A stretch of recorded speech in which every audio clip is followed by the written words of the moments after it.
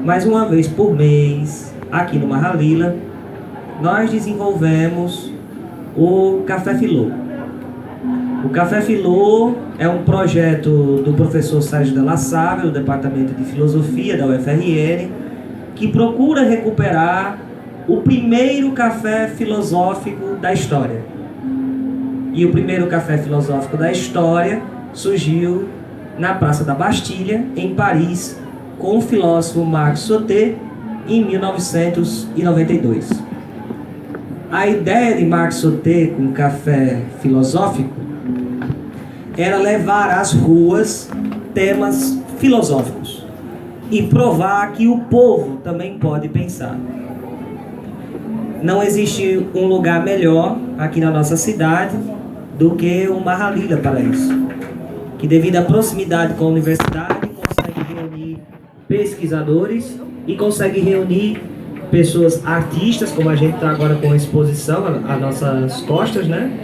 Artistas, consegue reunir público graduado, não graduado, pais, mães. Hoje nós temos alguns convidados psicólogos, psiquiatras, né, que trabalham na rede de saúde municipal, e também temos alguns estudantes de graduação, né? Oi, tudo bem?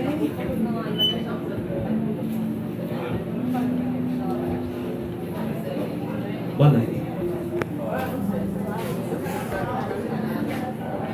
Na edição de hoje do café,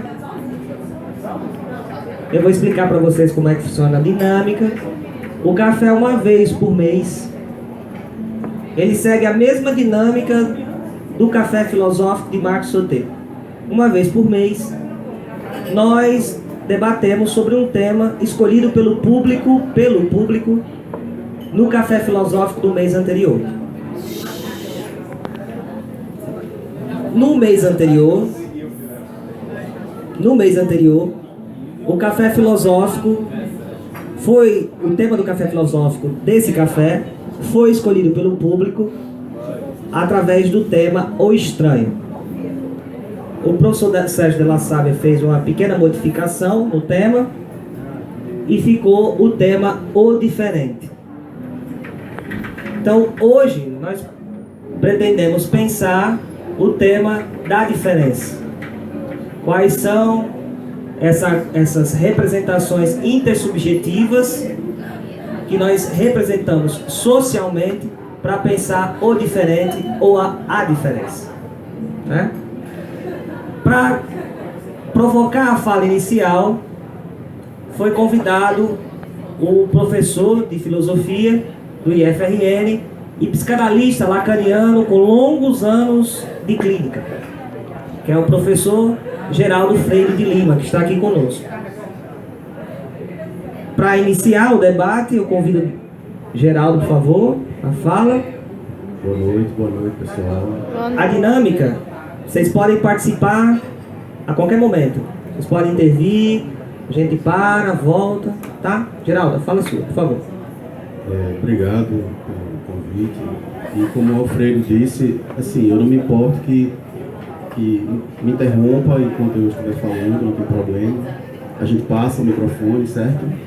A intenção é essa, né? Propositalmente,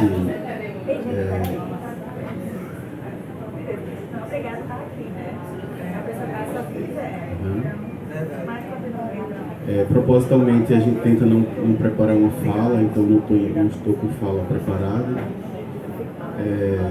Tem que me remeter ao que o tema me vem no momento. E assim, é um tema riquíssimo, né? O diferente ou o estranho, né? A gente pode transitar nos dois conceitos.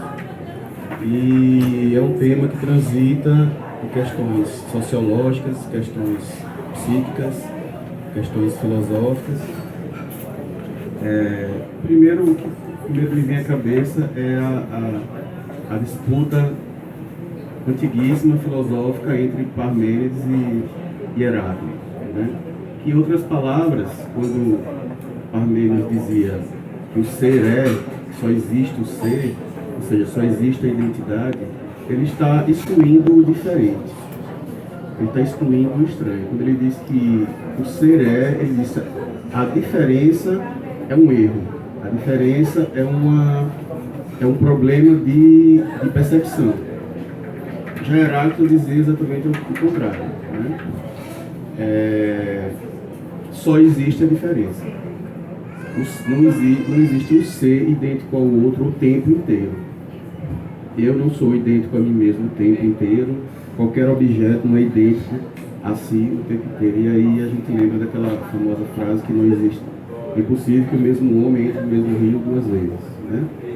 Porque o homem não é o mesmo e o rio não vai ser o mesmo. Então, assim, a filosofia já começa com essa questão ontológica sobre a diferença. Eu queria que um dos pontos basilares da filosofia começa com a questão de se realmente existe a diferença, se não é um erro de percepção a diferença, né? No âmbito social, essa questão da diferença vem sendo bastante retomada, e eu me pergunto por que quanto mais a gente se sente modernos, né, mais a gente estranha a diferença. Freud tem um texto interessante chamado justamente, quer dizer, foi traduzido como o estranho, mas é um conceito complicado em alemão, que é unheimlich, que é difícil tradução, mas seria o estranho familiar. Repare como lidar com um conceito que ao mesmo tempo é estranho e familiar. É uma das traduções, né? Mas acabaram traduzindo como o estranho. Ou seja, o estranho é aquilo que a gente de alguma forma reconhece que faz parte de você, mas justamente por você não aceitar, você acaba negando. Podem perceber que tudo que é estranho, digamos assim, tudo que é diferente, causa medo e horror. O estranho, o diferente é sempre visto de uma maneira assustadora, né? Propositalmente ou não. Mas, psiquicamente, Freud percebeu isso. E só causa horror ou terror, ou medo, né, aquilo que de alguma maneira te toca psiquicamente, né? O texto de Freud versa por esse lado. Gostaria que você fizesse alguma. Bem, assim, sobre o pessoal aí do fundo, por favor. Gente, pessoal, da última mesa aí. Vocês verem que aqui é uma acústica só, né? Então fica quase impossível dos demais ouvirem se tiver uma conversa contínua, paralela ao café. É só uma questão de respeitar as pessoas que vieram aqui ouvir o Geraldo, que atrapalha a fala dele, né? E respeitar. Tudo bem que o tema é sobre diferente, né? Mas né? Mas não tão diferente. Não tão diferente, tá? Mas aproveitando o ensejo, eu vou fazer uma pequena conexão para colocar vocês para pensarem. O que é que nos garante pensar intersubjetivamente que alguém é diferente de nós, né?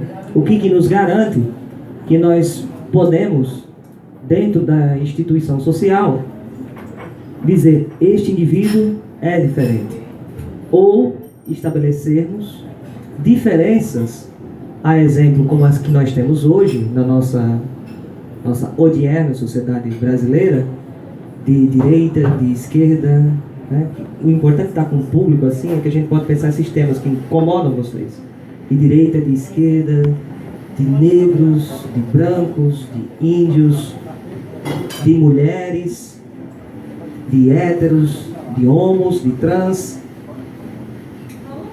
O ponto primordial para mim é a contribuição que o filósofo alemão Martin Heidegger pode nos dar a partir da noção de diferença ontológica. Tudo bem? Pode sentar, à vontade. A diferença ontológica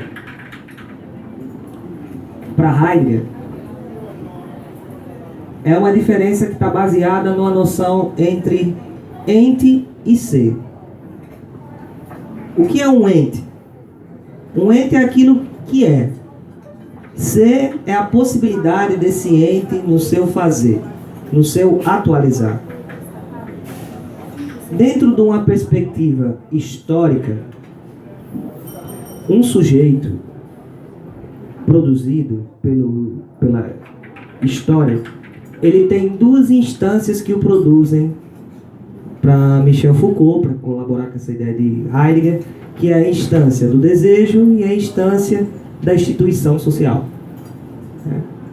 O desejo deseja ter o espaço do discurso e a instituição social garante esse discurso para um sujeito.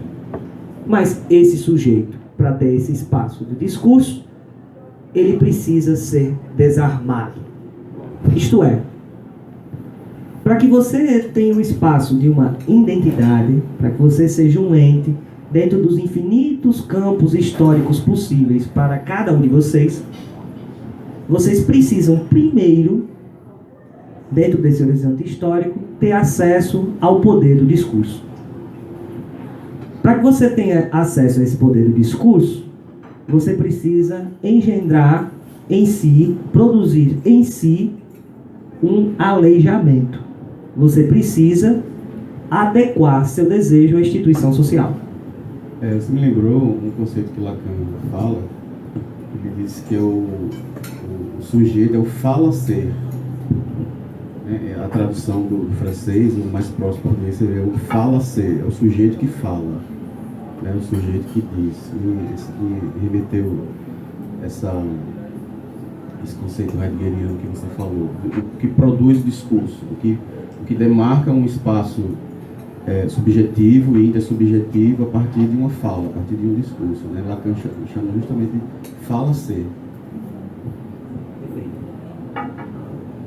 Então, do ponto de vista estrutural, ao meu ver, Geraldo, a gente pode pensar o diferente desde um texto muito simples, que é a aula magna de Foucault, que é a ordem do discurso, onde Foucault, na primeira parte, vai estabelecer como é possível excluir, porque o diferente sempre é o excluso, o excluído, o privado.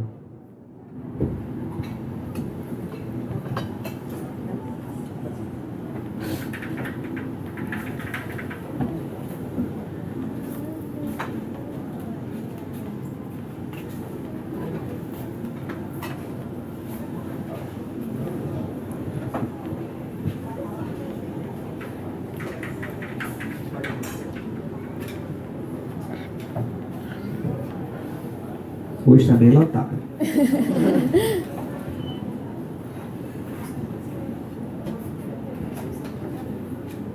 Esse sujeito do discurso excluído, ou esse sujeito diferente, na ordem do discurso para Foucault, nossa Jesus, de novo. Excluir e conseguir. A próxima vez você tenta aproximar, certo? Um pouco mais de você.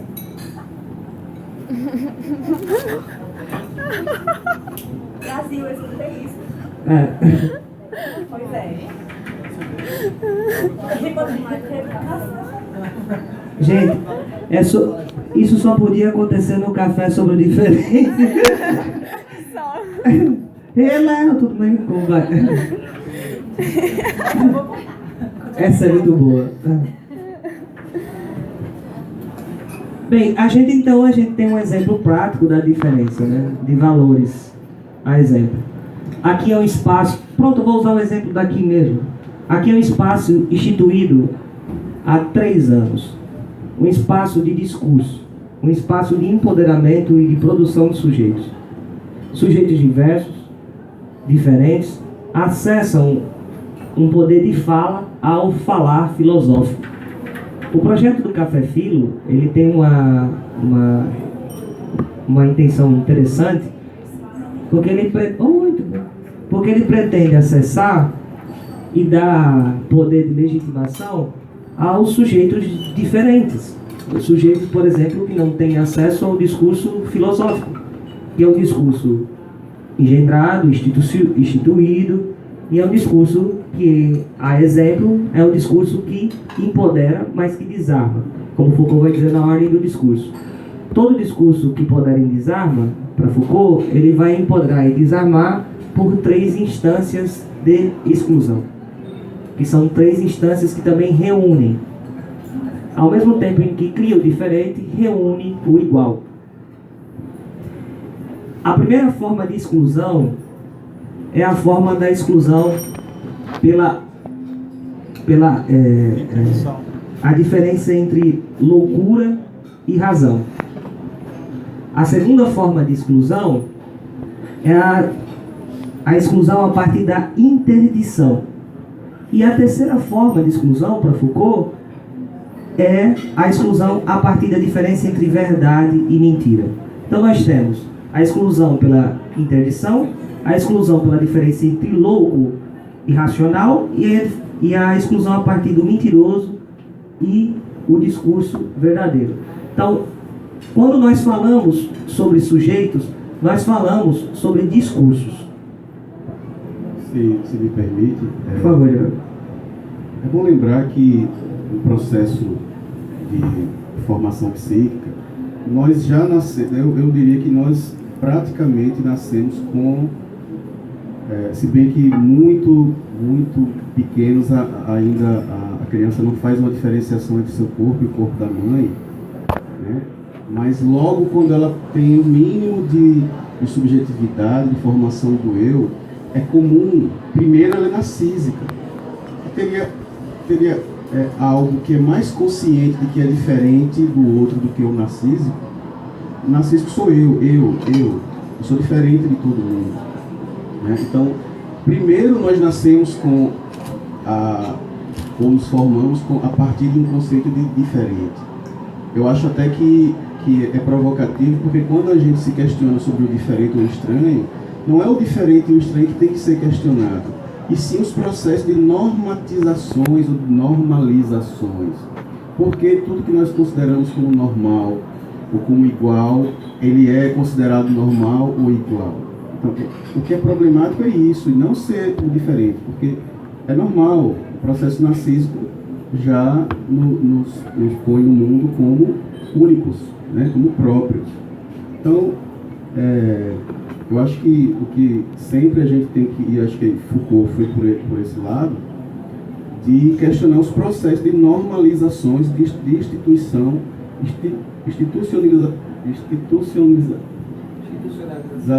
do que é considerado normal, né?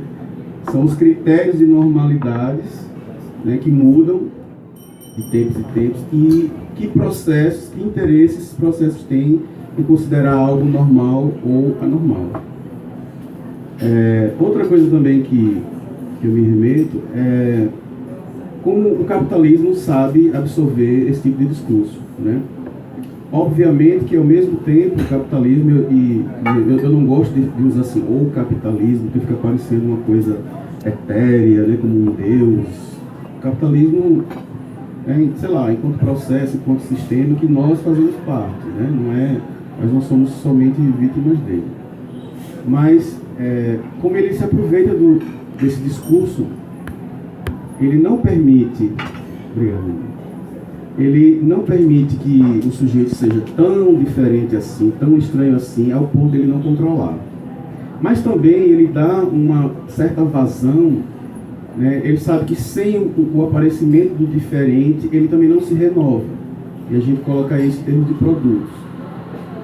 Então o capitalismo permite que produtos diferentes, ou pelo menos com roupagens diferentes, com embalagens diferentes, o tempo todo apareçam para atrair as pessoas.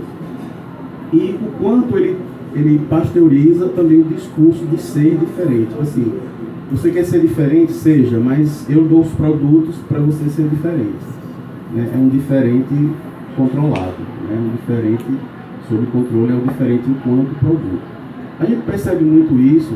Antigamente eu dizia isso assim, a gente muito isso em adolescente, mas hoje em dia isso está generalizado, né? Esse discurso de querer ser diferente, né? Não tem como não ser diferente. Você já é diferente. Agora, o querer aparecer diferente é outra história. Os processos de diferenciações sociais, né? A gente sabe que no meio social existe a questão do ser, do ter e do parecer ser. O ser é diferente, né? Alcançar o ser de alguém é muito complexo. Nos baseamos pelo que é possível ver de alguém e pelo discurso dela. Então, o capitalismo vai fornecendo produtos, né, para que alguém se apareça diferente, né? Tenha processo de distinções. No século XV, XVI, as diferenciações sociais eram claríssimas pela roupa. Claríssimas. Não existia possibilidade de um filho de camponês brincar de ser nobre, com a roupa de nobre. Mas era impossível. Então, essa diferenciação social era premente, né? Era visível. Com o mundo industrializado, né? Com o mundo mais das cidades, né? Não rural, urbanizado, eu queria dizer, isso fica complicado. Totalmente, a gente não consegue, por exemplo, mais fazer distinção por roupa. E quando a gente faz, a gente se engana, né? Mas, como a gente fala às vezes, o bandido mais perigoso é bem vestido. Aí não existe roupa de bandido, existe roupa de professor, né? Mas de alguma maneira o ser social, né, o sujeito, ele tenta sempre procurar sigmas de diferenciação, né? E voltando, o capitalismo se aproveita disso, diz, eu forneço para você essas sigmas de diferenciação, eu vendo para você, né? Então é raro acharmos alguém que se produz a partir de si mesmo, né? Não, no que eu me considero diferente, eu mesmo produzo, eu não preciso dos produtos do capitalismo para me mostrar diferente, porque aí é o diferente, quando todo mundo quer ser diferente, acaba sendo igual, que é o que a gente vê, né? Sobre isso, complementa com aquele discurso que há pouco eu fazia, porque a interdição, a diferença pela loucura e a razão, e a diferença pela verdade ou pela mentira, são três formas discursivas que produzem o diferente, ou que produzem o excluído. E interessante é que se nós pensarmos junto com Foucault, essas três formas, elas podem ser vistas nas três formas de exclusão, a partir do objeto, a partir da circunstância e a partir de quem fala. Isso é muito importante. Como é que se cria o diferente? Se cria o diferente pela interdição do objeto, como agora há pouco que Geraldo falava, a partir de vestimentas, ou a cultura underground, né? Outsiders.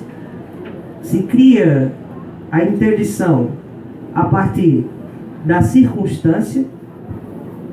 Num momento histórico, a loucura é uma, no outro momento histórico, a loucura é outra, e se cria a exclusão do discurso a partir de quem o fala.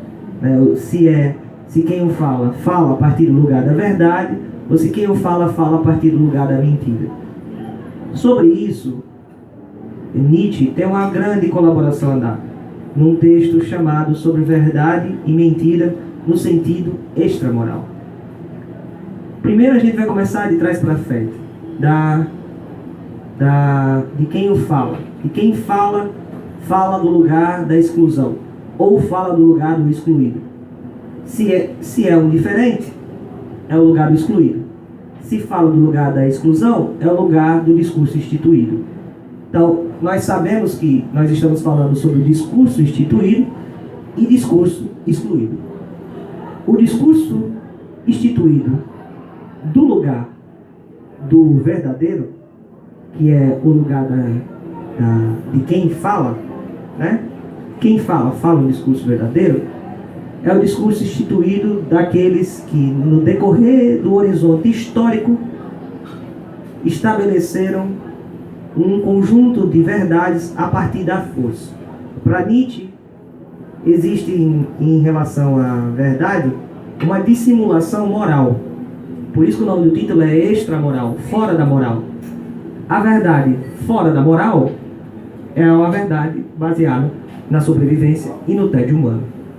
Para Nietzsche, a verdade, ela auxilia o homem na luta pela sobrevivência e na luta para combater o tédio. Isso para Nietzsche, e que é a inspiração de Foucault nesse texto da Ordem do Discurso. Então, o lugar daquele que fala a verdade é o lugar de um discurso que garante, dentro da instituição social, para um grupo, um poder, ou uma instituição de poder, ou um acesso ao poder discursivo para a sobrevivência do grande. Uma coisa muito importante, e quem nos dá uma contribuição central é Peter Sloterdijk, é que qualquer instituição social nasce do processo de produção da natureza. Então, quando nós produzimos a natureza, nós só podemos a produzir através, primeiramente, do discurso. Então, o homem primitivo que primeiro elaborou um canto, que não era som, não era palavra, que elaborou um canto para reunir os primeiros nômades em torno de uma pequena comunidade para garantir a sobrevivência daquelas pessoas. Lembrem, a primitividade, são as primeiras comunidades, se reuniram ali para garantir a sobrevivência das pessoas a partir desse canto, desse gesto. Esse gesto é um gesto de instituição do verdadeiro. Então, quem fala esse discurso verdadeiro tem acesso a esse grande corpo social, já lá no primitivo, que é o corpo das primeiras hordas. Das primeiras hordas de humanos que vão produzir o solo. Quem não o fala, quem não está nesse rito do discurso, é desarmado, excluído e diferenciado. Então, o primeiro ponto da diferença, ou do diferente, do ponto de vista social, da intersubjetividade social, é de quem fala a verdade. Quem fala a verdade é uma comunidade, uma horda social do norte da Europa, no período primitivo, ou quem fala a verdade é uma comunidade, é uma horda social do sul da África, no período primitivo. Os ritos são diferentes. Se você pretende ingressar, sair do aspecto nômade e ingressar nessa pequena horda, você precisa, né, Clarinha? Você precisa se desarmar. O discurso instituído, ele te arma, ele te prepara, mas ele te desarma. Ele te empodera e te desarma. Porque todo discurso instituído é um discurso anterior e herdado. Como é que nós falamos para nos entendermos? Falamos um discurso herdado, já dado, já estabelecido por autores anteriores, por sujeitos anteriores. Vejam a minha fala. Eu fui a Foucault, fui a Deleuze, fui a Guattari, fui a Nietzsche, fui a Peter Sloterdijk, para garantir o meu acesso ao poder de fala. O que é que me diferencia do louco, do professor de filosofia, ou Geraldo, do louco, ou do psicanalista lacaniano? O acesso ao poder de fala por nos desarmarmos das nossas heranças históricas. Então, o primeiro processo de exclusão quer ter acesso ao poder do discurso? Se desarme a partir dos conjurados da história. Se entregue. O que eu estou falando aqui não é uma ode ao fim da singularização, não. É uma constatação Foucaultiana sobre um processo de exclusão. O segundo processo de exclusão é o processo, falamos de quem fala o discurso, e eu queria dar um exemplo antes de passar para o segundo. Clarinha aqui. Clarinha quer ser designer, é minha aluna. Clarinha chora, porque Clarinha está dividida. Clarinha ao mesmo tempo quer ser designer e quer ser filósofa. Né? Não? Bem diferente, né? Onde eu quero chegar? Clarinha vai para os grupos de estudo sobre Heidegger. Aí nós discutimos sobre o mercado de trabalho de designer. Clarinha é desumano, meu Deus, Clarinha começa a chorar. Por que Clarinha chora? Porque para Clarinha se tornar designer, se ela chegar lá em cima, ser uma grande designer, a singularização dela nesse processo, ela vai levar um pouco dela, mas ela não vai levar tudo. Ela vai ter que herdar os seus antepassados designers. Para que ela tenha um lugar na fala, ela precisa levar esses antepassados. Outra aluna que eu tenho aqui, Regina, a maior poeta potiguar, né? Quem não conhece, meu Deus, comece a ler, né? Regina, com 17 anos, é uma poeta potiguar porque ela fala do lugar onde os poetas falam. Se ela não falasse desse lugar dos poetas anteriores que falam, Regina seria uma louca. Estaria lá no centro de convivência de Marseille. Regina não seria uma poeta. Regina, para ter acesso a esse discurso, o discurso dela, mesmo de um poeta, precisa ser o discurso do verdadeiro. Porque quem é que diz que Regina é poeta? Outros poetas, que já estão instituídos no discurso. O segundo ponto da exclusão. Reconhecimento. Um reconhecimento. E reconhecimento é sempre conhecer aquilo que já foi conhecido. Reconhecimento. Reconhecimento. O segundo ponto de exclusão. Falamos de quem fala, né? Da verdade e mentira. Agora vamos falar da circunstância, para Foucault. Do louco ou do racional. A circunstância, a exemplo, basta voltar a outro livro de Foucault, A História da Loucura, onde os loucos na Alta Idade Média conviviam nas cidades. Eram figuras mágicas, eram figuras, até vamos dizer assim, que estabeleciam presságios, eram figuras até mesmo consideradas que para alguns elementos da racionalidade comum, que a racionalidade comum não alcançava, se buscavam os loucos, se buscavam eles para ter iluminação. No final da Idade Média, quando os leprosários já não faz mais sentido, não tem mais nenhum sentido para a monarquia francesa, a circunstância muda. A circunstância histórica muda. Entendeu como elemento da circunstância? Agora, se é louco, e se é louco fora da cidade, primeiro teve as naus dos loucos, depois as naus das loucas, que levavam os loucos diferentes e excluídos de cidade em cidade. Cada cidade ia os enxotando. Por que os enxotavam? Porque os loucos, no fim da Idade Média, já não eram mais bem-vindos na cidade. A circunstância histórica muda. Então agora a circunstância os torna excluídos. E aí eu vou dizer o ponto de diferença entre o louco e o diferente. Porque você vai dizer, então todo diferente é louco? Não. O ponto da diferença entre para Foucault é que o louco, ele jamais vai ter acesso a nenhum tipo de discurso. O diferente, ele é diferente num outro discurso. A exemplo, eu e o Islã conversando. Ele é o diferente num outro discurso, mas ele é empoderado no outro discurso. Agora, eu, o Islã e o louco. Ele é louco no Islã, ele é louco aqui, e ele é destituído de qualquer acesso a poder de fala. Qualquer um. Qualquer um. Se o louco que é diagnosticado aqui, ele é diagnosticado na Palestina. Dentro, ele é excluído, ele jamais tem acesso ao discurso. Seria o fora do discurso? Seria o fora do discurso.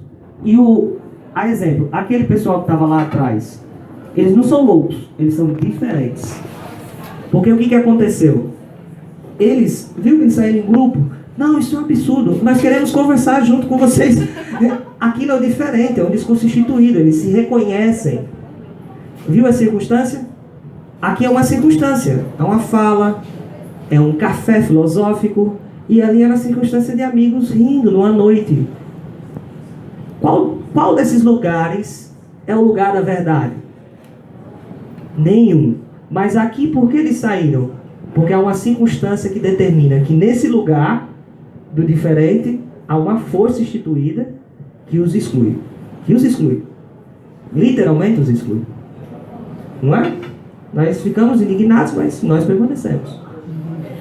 E há o outro elemento, que é o primeiro elemento da exclusão, que é o elemento do objeto do discurso. Esse é genial. Por que o objeto do discurso? O objeto do discurso é aquele que diz respeito a um ente. A identificação a partir do desejo pelo um objeto. Esse na nossa sociedade, depois de Marx e Freud, foi mal, depois de lá, Marx e Freud, é genial. Que é qual? Para mim, o fetiche da mercadoria. Né? Você vai projetar seu desejo. Eu não entendi, foi mal. Não, tá brincando não. Tá brincando já. Brincadeira. Pelo amor de Deus. Mas até a brincadeira a gente tem que entender. E eu você estivesse falando contra um discurso que eu compreendo, mas é por aí também, exatamente isso. Massa. Nataleta, massa. O ponto do primeiro elemento da exclusão, que eu vou colocar em um exemplo para que vocês possam pensar e mexer a coisa, é o do fetiche da mercadoria. A exemplo, você vai projetar seu desejo já não mais numa circunstância e já não mais no lugar de acesso à fala de quem fala, ou da identificação com quem fala, mas você vai projetar o seu desejo a partir de objetos que preenchem o seu mundo. A exemplo. Eu acho que você tocou no ponto que eu tinha falado, exatamente da apreensão por lado do capitalismo, do discurso diferente enquanto fetiche, enquanto objeto de mercadoria. Era isso que eu estava falando naquele momento. Não, pode continuar. O diferente enquanto algo a ser vendável, a ser comercializado. Né? O diferente, como... Vou dar um exemplo claro, porque todos podem entrar, discutir. O diferente é exemplo de quando o nosso desejo não se concretiza na ausência de um objeto do desejo. Você não tem espaço de instituição de discurso, porque lhe falta um objeto. Vou dar um exemplo. Um objeto que é necessário para um carpinteiro. Né? Para ele engessar-se, para ele entrar no discurso instituído, ele precisa das matérias de carpinteiro. Ele precisa da serrote, ele precisa da madeira, ele precisa da instrução, ele precisa... São objetos de acesso ao discurso. Se ele não domina nem os objetos, se ele não tem nem os objetos, nem tem a técnica de lidar com esses objetos, ele não tem nenhuma oportunidade de, através de um objeto do discurso, se tornar carpinteiro. Então, através, a exemplo, recorrendo a Marx, do controle dos meios de produção, você pode privar um conjunto de sujeitos de um lugar de autonomia. Você pode, por exemplo, se eu tenho os recursos, eu posso instituir, através desse objeto, que o seu lugar é do operário, o meu lugar é do executivo. Então, nós excluímos através dos objetos e nos empoderamos através dos objetos. Nós excluímos a partir da circunstância e nos empoderamos a partir da circunstância, e nós excluímos e nos instituímos, nos empoderamos a partir também, além do objeto e circunstância, de quem você assume como discurso de referência, do objeto do seu desejo. Então, o objeto da exclusão nesses três elementos do discurso gera o diferente. E o objeto do empoderamento do discurso gera o igual. E aí fica uma boa discussão que Geraldo pode levar melhor do que eu, com certeza. Eu sugiro que a gente comece a abrir, né? Pode ser? Pode ser. Quem quer participar, vamos lá? Já temos. Kátia. Boa noite, pessoal. É porque essas discussões todas, e eu estava aqui com a cabeça fervilhando, me fez lembrar muito, Geraldo sabe, porque ele me auxiliou e foi meu corretor da tese de doutoramento. E eu trabalhei com um menor delinquente, que é um tipo de diferente, que ele fazia parte de um conjunto. E aí, deixa eu justificar, né? O termo menor delinquente foi uma pesquisa histórica, né? Eu trabalhei com o iniciozinho do século XX, de 1927 até 42. E naquele período, esse menor delinquente ele fazia justamente parte de um grupo considerado dos anormais. Então eu utilizei muito Foucault, né? Todo o conceito dessa questão do discurso de verdade, que no período era o discurso jurídico, né, e o discurso médico, que eram, né, instituídos como tal, e que usavam também desse discurso para excluir, né, os diferentes, e dentre eles o menor delinquente. Aí eu analisei processos judiciais para tentar encontrar justamente o discurso daquele menor. Né, em que momento? E aí fui aprender, porque como pedagoga, né, eu não sabia lidar com processos judiciais, mas fui aprender toda a questão do inquérito e tudo mais, e não encontrei. Não encontrei porque justamente esse menor não tinha poder de fala. Até no momento em que ele era questionado, né, pelo delegado, do que motivou o crime, né, do que aquilo não era anotado. Obviamente o menor deveria ter dado alguma justificativa, alguma explicação, mas não era anotado. O único discurso que eu consegui encontrar, e bem interessante, foi um caso único de uma menina, uma moça de 16 anos, que ela cometeu um crime de roubo e furto, e isso saiu nos jornais, né, de Sergipe, como uma ladra muito perigosa, porque ela roubou a casa de um desembargador. Então ela foi presa e foi encaminhada para a penitenciária junto aos maiores de idade, junto aos homens. Porque a gente está falando de um período aí anterior ao Código de Menores, então ainda não tinha essa preocupação de separação nem por idade, nem por sexo. E essa moça, por estar junto aos maiores e homens, ela acabou sendo violentada, né? E aí, quando ela sai desse papel, né, de diferente, de excluída, de menor delinquente, assume um outro papel que foi o de vítima, porque ela teve coragem de denunciar a violência, e é aberto um outro inquérito que eu, por pura sorte, acabei encontrando no meio lá de mais de 400 caixas.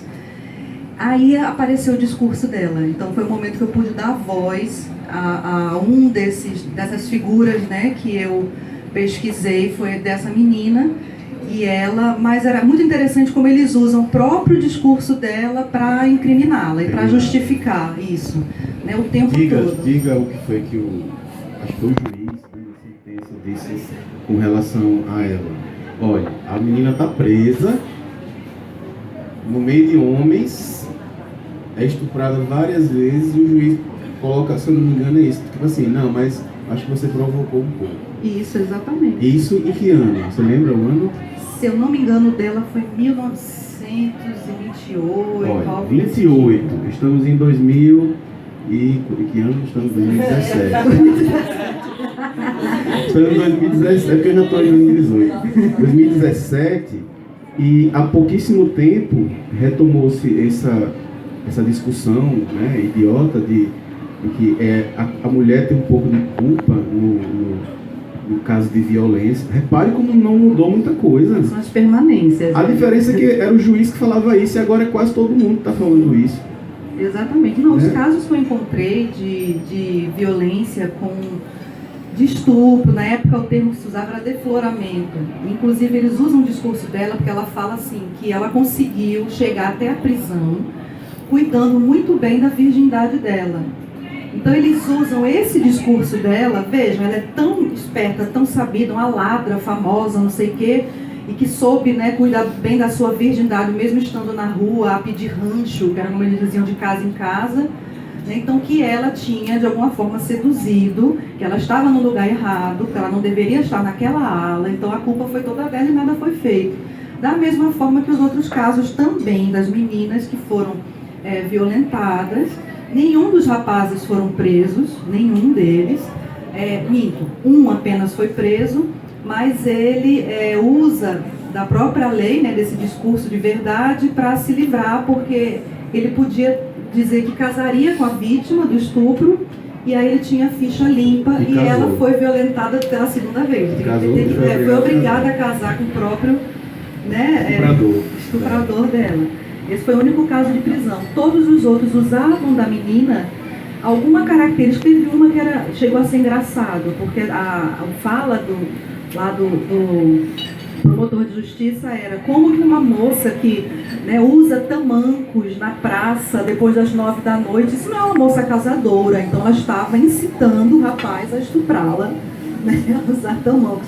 E como o Geraldo falou, infelizmente a gente vê esse discurso, né, as permanências aí da história da nossa sociedade em pleno século XXI, mas a gente ainda tentando culpabilizar a vítima, né, por estar dessa ou daquela forma, enfim.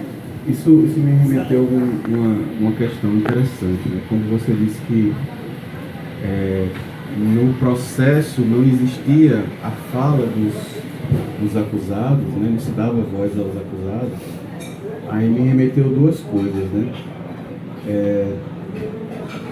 A questão psiquiatra e a questão psicanalítica. Eu não vou dizer que eu trabalhei, mas eu fiquei um tempo numa clínica psiquiátrica lá de Sergipe e eu conversava com os pacientes, né? E eles me relatavam sempre a mesma coisa. Eles diziam assim: olha, eu vim aqui, quem me trouxe aqui foi minha mãe, ou foi minha irmã, geralmente era irmão, e o psiquiatra não me perguntou nada. Ou seja, o louco não tem voz, o que ele diz não se considera. Que discurso é esse? É o discurso científico, é o discurso psiquiátrico, é o discurso da ciência, né? Cartesiano no sentido de que queremos englobar uma verdade, queremos construir uma verdade, e aquilo que não estiver nesse discurso da verdade não é verdade, está fora, né? Eu falei da questão do psiquiatra como exemplo, né? E ele diz assim: mas por que você não disse ao psiquiatra? Assim, mas ele não me ouve, ele não deixa nem eu falar.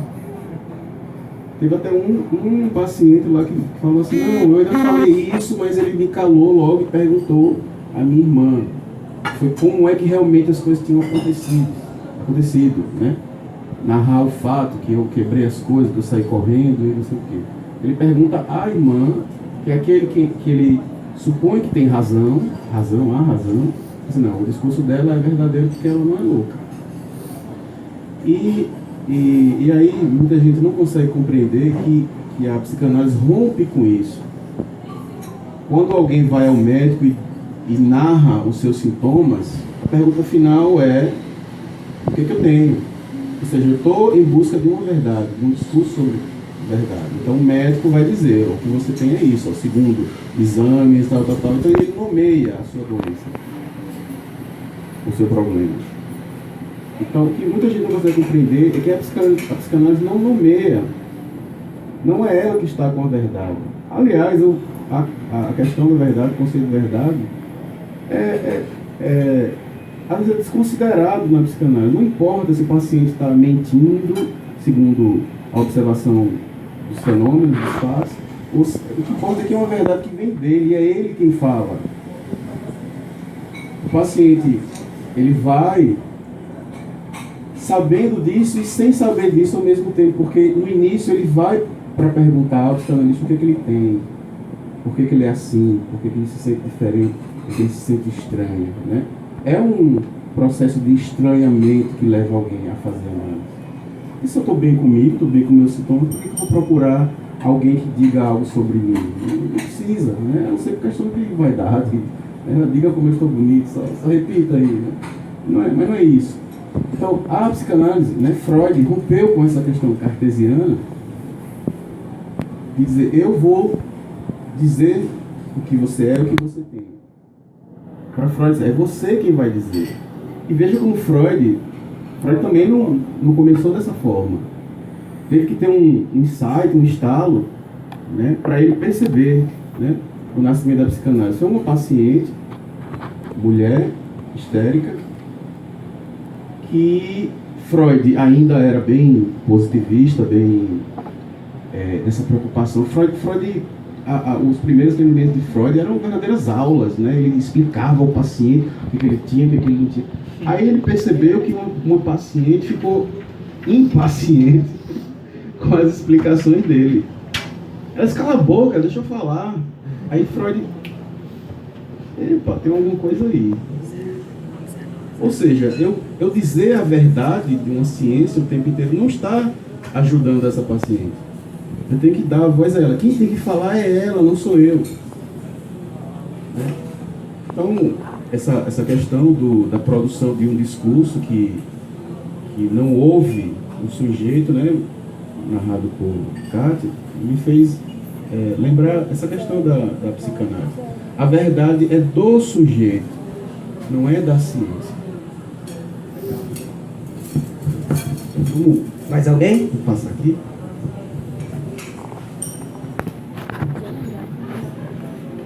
Vamos lá, gente, coragem. O teu chega lá, meu.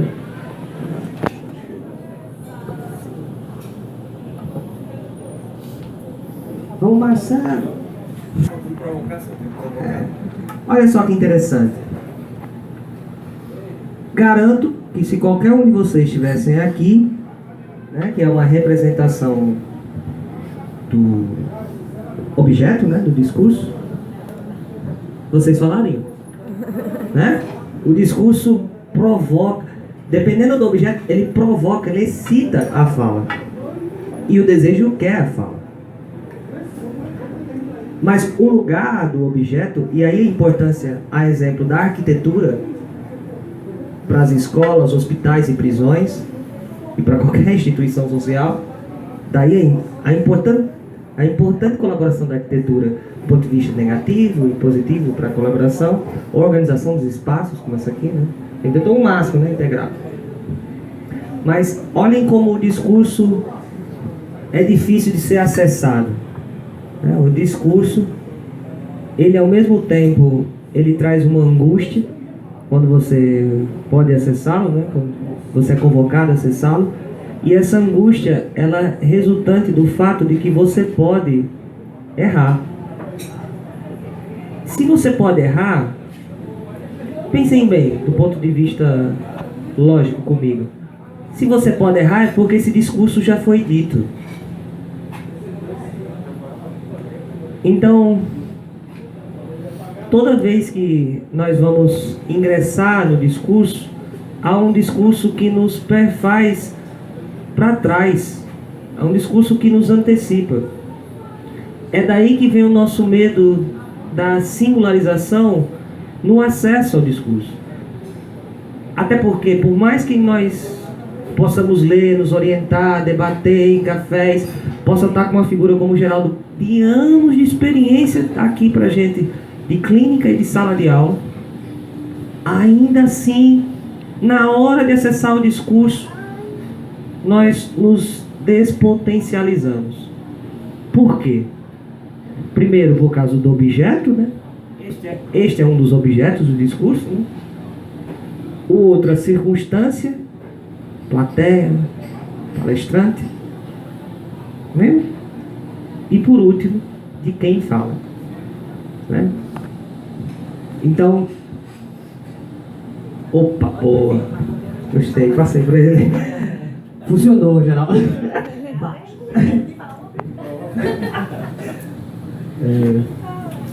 Acho que a gente tem que ser mais metida, né? De brincar. Então, isso que você falou é muito interessante, né? Se a gente tivesse numa grande roda, né? Num desenho, né, de convivência feito para potencializar a fala de todo mundo, né? E não um desenho que focaliza toda a atenção para um ponto, né? E tal. Tudo isso cria amarras, né? E processos, né, de impedimento e tal. Mas enfim, a conversa toda, né? Eu fui pensando em várias coisas.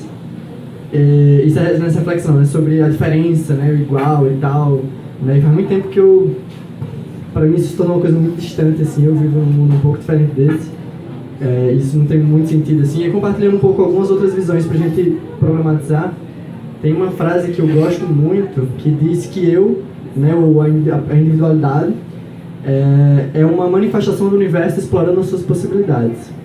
Né? Então essa discussão, assim, para mim, para falar de outro, de eu, né? Você falou dessa coisa do eu, do não eu, me lembrei muito de Paulo Freire, né? Que ele colocava assim, que o que nos difere dos animais é que nós conseguimos nos diferenciar um do outro, né? Eu consigo olhar para ele e dizer, não sou eu, né? E perceber, se eu sou algo diferente, e se eu sou algo diferente eu posso fazer escolhas diferentes, né? Nós podemos dar respostas diferentes a qualquer desafio, né? Por mais que nessa sala de, sei lá, de 50 pessoas, 49 pudessem responder a mesma coisa. Se a polícia viesse e mandasse a gente fazer alguma coisa, 49 poderiam obedecer, uma poderia desobedecer. Né? A gente sempre está à margem, né, de todas essas máquinas, né, de dominação e de sujeição, né, e de padronização, Né? O 1994 para mim é um bom exemplo, né? Mesmo que você crie o sistema mais totalitário possível, imaginável, com vigilância praticamente total, uma única pessoa ela pode pensar pela cabeça dela, né? E a gente consegue ter essa margem, né, de descontrole, né? Essa margem de fuga, né? de imprevisibilidade, né? Esse fato de que nós seres humanos somos imprevisíveis. E isso é uma das coisas mais assustadoras, né, para qualquer sistema de dominação e de controle, né? É o imprevisível, né? Por isso toda a lógica da identidade, e uma identidade fixa, né? A ideia de identidade é eu sou. Eu acho muito legal que Paulo Freire fala, não, ninguém é nada, todo mundo está sendo. Né? Hoje aí a Alice, tem um trecho de Alice que fala assim, Alice, quem é você? Ela fala, não sei, desde que eu acordei eu já mudei tanto. Né? E isso é uma coisa assustadora, né? Tipo, a polícia chega e quer saber a sua identidade, né? Desde a ditadura a gente aprendeu que a gente tem que sair de casa com um papel que diz quem nós somos, né? Porque isso nos mantém sob controle, né? Todo mundo aqui tem um código, um número que diz quem nós somos, o que podemos, né? Se estamos em dia com a justiça eleitoral, se podemos fazer concurso, etc, etc. E fugir disso tudo, né? Tem certas figuras, né? Uma Ventania da vida, que é uma... Não sei se alguém já ouviu falar de Ventania, né? Que é um artista, uma louca, né? Ele literalmente se afirma como louca, como um espaço de fala completamente desviante, né? E eu sou louco, né? Ele fala, minha música é só para os loucos, né? E só tem o Herman Hesse também colocava, né? O teatro mágico, né? Só para os loucos, né? Enfim, toda essa construção, né? Da contracultura, né? Do diferente, o diferente não controlável, né? Se o sistema de controle tenta controlar, a gente já mudou, já somos outra coisa, não adianta, né, nos controlar, nós somos anarquia, né, o anárquico, né, impossível de controlar. Mas enfim, né, eu viajei loucamente agora. Só para trazer essa discussão, né, que para mim essa coisa de individualidade, né, do outro e tal, para mim eu vejo muito numa cosmovisão assim, né, de que na real o universo é uma coisa absurda, né, infinita, né, uma outra frase que me inspira muito é essa coisa assim, qual é o seu referencial, né, o seu referencial é esse universo minúsculo que lhe cerca, ou o seu referencial é o mundo inteiro, todas as culturas humanas, ou o seu referencial é o infinito, todo o cosmos, né? Quando você parte para o referencial do infinito, né, todas as pessoas se tornam universos, né? E tudo se torna extremamente rico e distinto, né? Se você olhar para a natureza mesmo, o princípio básico da natureza é a biodiversidade. A natureza, a cada instante, ela está criando espécies novas, flores novas, insetos diferentes, né? Tudo é diferente, né? Isso é o que é mais...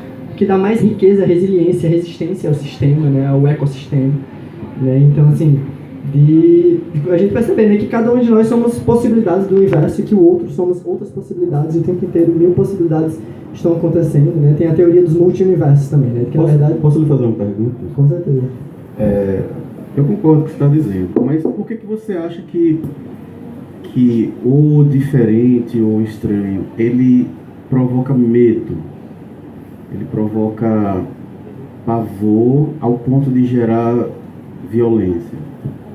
Já que assim, pode parecer tão óbvio que somos diferentes, que pensamos diferentes, que nos comportamos diferente, essa questão, essa cosmovisão que você teve, né? Mas por que você acha que em termos sociais, em termos humanos, isso sempre provoca medo, sempre provoca reação de querer controlar, de querer, inclusive, aniquilar aquilo que é considerado diferente ou aqueles que são considerados diferentes? Aí que tá, né? Você fala assim, é o sempre, né? O sempre é um outro discurso de dominação, né? Sempre foi assim, sempre não sei o quê, né? E eu gosto muito de história, todas as histórias, né? Invenções. E, na verdade, quando você vai pensar, teoricamente, a história da humanidade, né? Que é de centenas de milhares de anos, né, a gente só aprende a história da sociedade de classes, né? Na escola só ensinam pra gente quando as pessoas começaram a dominar umas às outras, porque essa é a história que importa, né? A história da dominação. E a gente esquece que durante centenas de milhares de anos as pessoas cooperavam muito mais, se ajudavam. Se uma pessoa quebrava a perna, a gente carregava ela, porque quanto mais forte e seguro o grupo tivesse, mais todo mundo ia sobreviver, né? Então a história da vida é da cooperação, né? E só ensinam pra gente a história da competição, né? Da dominação. Então a sua pergunta só faz sentido para a sociedade de dominação, né? Na sociedade de dominação, o diferente ele é uma ameaça, né? E o capitalismo, né, que é o nome contemporâneo, né, da sociedade, que já foi mercantilismo, feudalismo, teocracia, etc, ela tá o tempo inteiro pensando em formas de dominação, né? Vocês falaram muito bem dessa coisa de que o capitalismo ele tenta o tempo todo recuperar aquilo que diverge, né? divergiu, está causando problemas, eu vou tentar transformar num produto, ou silenciar, né? Se ele não consegue ignorar, né, na verdade é um processo, né? Ele tenta ignorar, não, isso aqui é insignificante, não importa, né? Finge que não existe, né? Ninguém não passa na televisão, ninguém fala sobre, não sai na novela, né, e tal. Aí se a coisa faz muito barulho mesmo assim, as pessoas começam a olhar e não, vamos tentar aniquilar, mata isso, prende, etc. Aí a coisa não funciona, né, não deu para aniquilar isso aí, aí começa a tentar recuperar, então vamos fazer uma novela sobre isso, vamos escrever um livro, vamos contar a nossa versão dessa história, né, a história dos vencedores, etc. Né, então assim, quando você sai dessa lógica da dominação, o outro não causa medo nenhum, né? Na real, o outro causa admiração, inspiração, né? Eu vejo, poxa, o outro pode ser diferente, isso quer dizer que eu também posso ser diferente, né? Se fulaninha fez tal coisa, sei lá, pronto, um exemplo aqui que me inspira muito, né? Hoje em dia, atualmente, neste exato momento, existe um território do México, onde um determinado grupo, né, de centenas de milhares de indígenas resolveram dizer, foda-se o Estado, nós vamos fazer a nossa própria autonomia, a nossa própria realidade, vamos fazer o nosso próprio mundo, né, que é o Exército Zapatista de Libertação Nacional, né, o movimento zapatista que tem uma autonomia de um território de não sei quantos quilômetros quadrados, né, eu sei que para atravessar de ônibus você passa mais de 6 horas e não atravessa o território zapatista, e é um território que hoje não está sob controle do Estado nenhum Estado civil, militar, cara de asa tem o controle desse território, né, e esse movimento resolveu criar o próprio espaço, né, de poder. Né, de poder não no sentido de controle, mas no sentido de potência, né, das pessoas poderem potencializar as suas realidades e tal. Né, então, nesses outros mundos, né, e, enfim, espaços alternativos, né, comunidades alternativas, né, existem 1 bilhão de outros universos onde você olha para todo mundo e reconhece um universo, uma beleza, uma gratidão, né, caramba, o mundo é cheio de pessoas lindas, maravilhosas e coisas incríveis. Né, a gente sai dessa lógica do medo, né, da violência, da dominação. É muito doido, na real, assim, pensar que existe um mundo muito diferente desse discurso todo, né, de controle, de medo, de não sei o que e tal. E que a gente passa muito tempo falando sobre medo, sobre controle, e pouco tempo passa falando sobre como que a gente poderia fazer completamente diferente disso.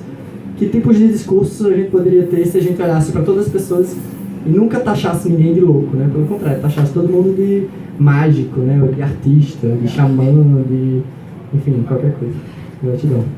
Eu queria só concluir. Não queria... Porque não dá para ouvir todo mundo. Oi, boa noite. Você estava falando dos instrumentos, como o microfone, como o sofá, né, onde a pessoa se inclina a falar mais, né? E nós estamos numa outra posição. Eu lembro que a gente fez um encontro com o pessoal da permacultura, você lembra? Você lembra, Rodrigo?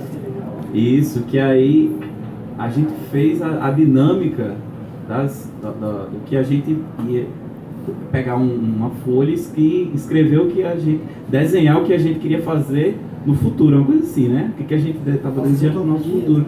Que eu acho que era exatamente uma forma de desconstruir essa coisa, né? Acho que o objetivo era mais ou menos esse. Você lembra como foi? E isso, pra mim, ficou bem claro quando a gente... Porque a gente ia participar do encontro de permacultura, que eu acabei nem indo, tá? Uma pena, mas pronto, é só pra... Porque foi um exemplo prático, assim, que eu achei bem bacana.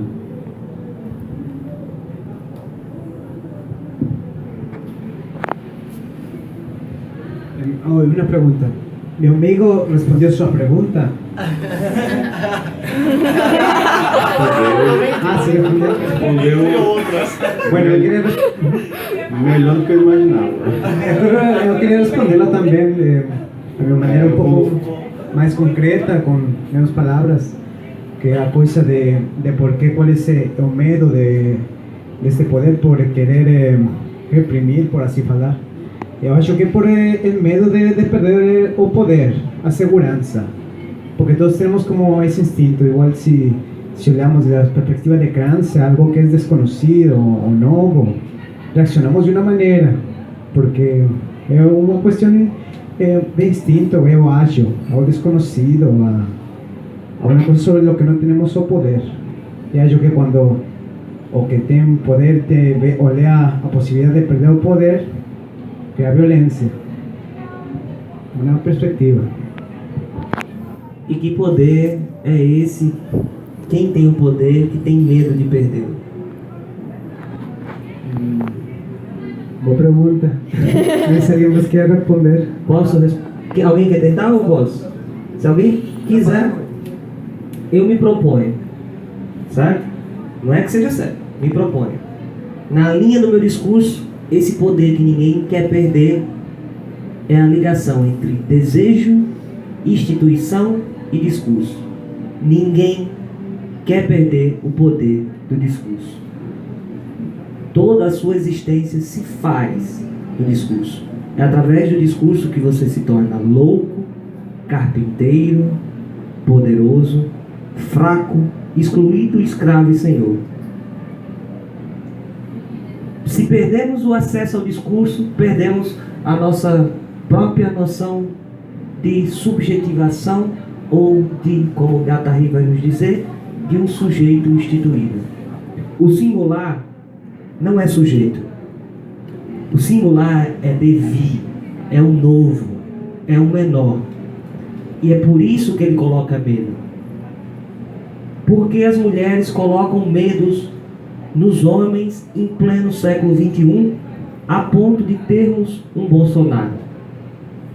Porque os homoafetivos colocam medo nos pastores em pleno século XXI, a ponto de termos Marcos Felicianos. Porque eles temem perder o poder de excluir. E mais do que isso, temem que o seu desejo já não seja mais um discurso institucional.